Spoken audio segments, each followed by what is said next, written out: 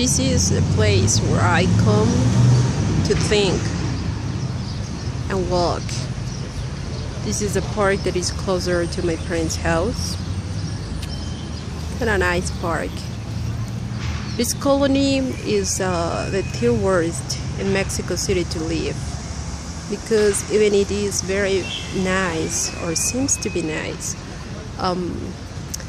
around 8 o'clock you cannot be here like that, because you know that you can get stolen. Actually, my neighbors, the one in front, the one behind, the one beside, and the one in the corner of the street where I live, they sell drugs, cocaine, marijuana, and another kind of drugs that I'm not familiar with them. I am, in society terminology, I am not even medium class, for money, or economic speaking. I don't own a car or a house or an apartment, not either my family. But that's okay with me. I mean, I don't feel like I'm not blessed. I'm always feeling like I'm very blessed, I have been always thinking that I'm very lucky because I could have a little bit more just to share sometimes with the homeless people and always to give to somebody else. I don't have a college degree because I couldn't afford anymore the university, because I had to choose between my dad's health and my university, so I couldn't afford that. When my dad got sick, doctor says it's an accident, but they drained it, or they took blood from his brain, around quarter of blood. My dad was like a baby. He couldn't speak, he couldn't walk, he couldn't do anything. And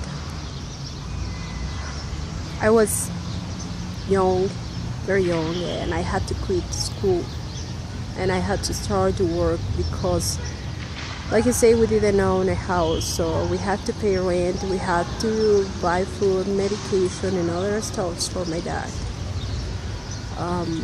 My sister also, she was very young when it happened.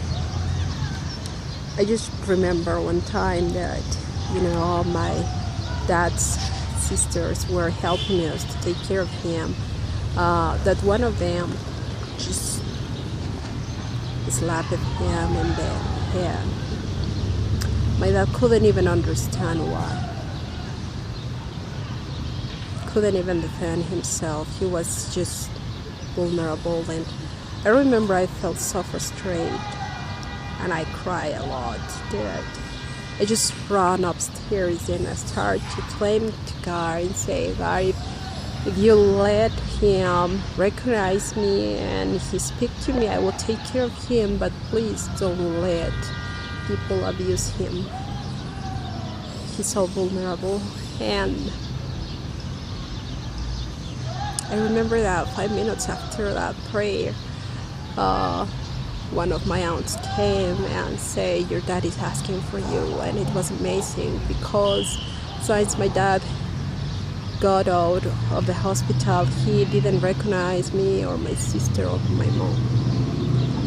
From that time, I always tried to be there for him, and I promised God, and I have been trying to accomplish my promises to him about taking care of my dad. So years later, my dad was dying for heart attacks, and I needed to take him to the doctor. We don't have insurance either, so hospital has medication and other attentions that my dad needs are very, very expensive. And it's how I needed to decide to continue in the university or just quit. and use the money for paying my dad's doctor and hospital and everything. And it's what I did. I never felt so lucky, but maybe I'm feeling a bit of shame that this is my life. I didn't understand it until maybe yesterday, after all that this stalker has been doing.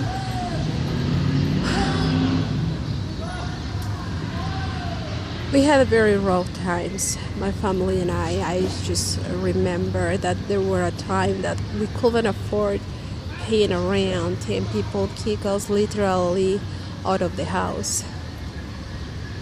We didn't have where to go. There were even times that we couldn't have more than just one plate of soup a day. Even we were hungry, we couldn't eat anymore. But it's okay. I still praise God for that. But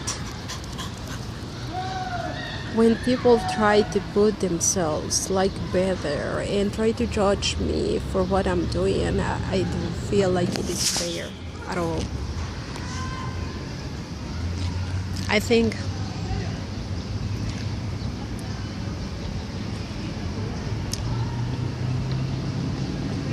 that I'm not less just because I couldn't afford a college degree. And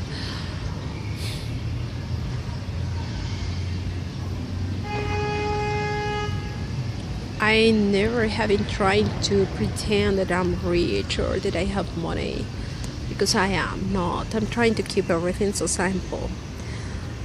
What I do for work is handcrafts, jewelry, and right now I'm doing kind of like cloths. That's why my hands are in this way, because of the scissors and the needles that I use for doing those cloths. Everything is by hand, so they get hurt. You know, I work until some white balls come out from my hand with water, and they just break and the water is just coming out, and well, I just had to put these stuffs here, so that's why I have too many scars there. But it's okay. I mean, they are not feminine hands, they are ugly.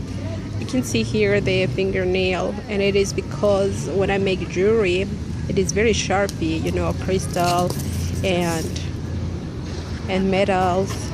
It is sharpy, but I think that I'm very blessed with my hands. That's why I don't show too much my hands on my pictures too. But I love them very much. I think that I just owe this explanation about my personal life is to people like you, who has been supporting me, who has been taking care of me in some way, you know, for long distance, and who has been really, without knowing me, giving me love, so, and unconditional love. So thank you very much, and well, I hope now people can understand that I'm not in competition with anybody. I hate competition because I know that I can lose very easy. But I'm always for people to encourage them and to support them with what I can, you know. That's why I just made this video. Thank you for listening to me. God bless.